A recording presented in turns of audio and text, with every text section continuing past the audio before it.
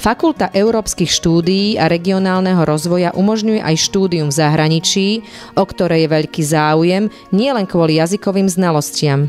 Výhodou našej fakulty je to, že práve Slovenská poľnohospodárska univerzita prostredníctvom našej fakulty je členom konzorcia univerzít v rámci Európskej únie, ktorým sa podarilo získať možnosť udeľovať či už spoločné diplomy, a to v rámci fakult a univerzít, ako sú univerzita v Gente, univerzita v Pize, univerzita vo Wageningene, Humboldtová univerzita v Berlíne a taktiež možnosť udeľovať dvojité diplomy v rámci programu taktiež Európskej únie v spolupráci s univerzitami v Arkansase a vo Floride.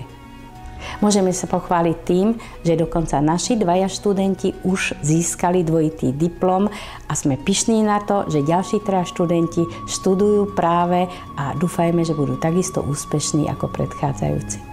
Prínosom, ktorý študenti získajú štúdium v zahraničí, sú aj skúsenosti s inými formami vyučovania. Ja osobne som bol vo Fínsku. Tento pobyt mi vlastne dal veľa ohľadom angličtiny a ohľadom spoznávania rôznych iných kultúr. Dostala som sa na pol roka do Anglicka na štúdium na vysokú školu, kde som mala určité predmety. Taktiež som mala možnosť vycestovať, bolo to minulý rok, na pol roka do Bruselu. Tiež som mala financovaný v rámci programy Erasmus, polročnú stáž, kde som bola v Dome slovenských regiónov. Takže tiež to boli pre mňa veľké prínosy, aj štúdium v Anglicku a zároveň aj stáž, ktorú som mohla absolvovať.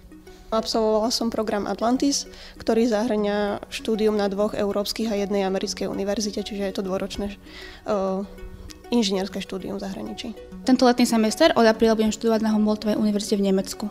Chcela som vedieť, ako oni pozerajú na tento rozvoj regionálny, ich podmienky, ich skúsenosti, duchovnoví odborníci a trochu porovnať naše a štúdium v zahraničí.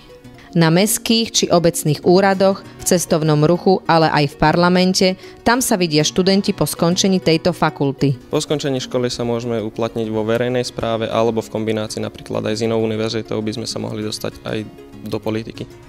V budúcnosti dúfam, že sa uplatním v oblasti verejnej správy, prípadne samosprávy.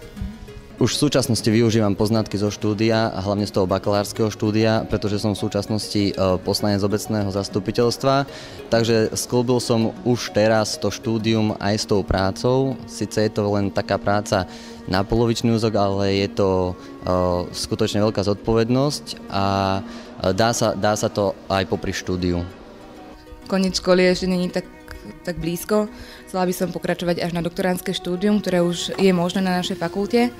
A potom vidím sa niekde v parlamente.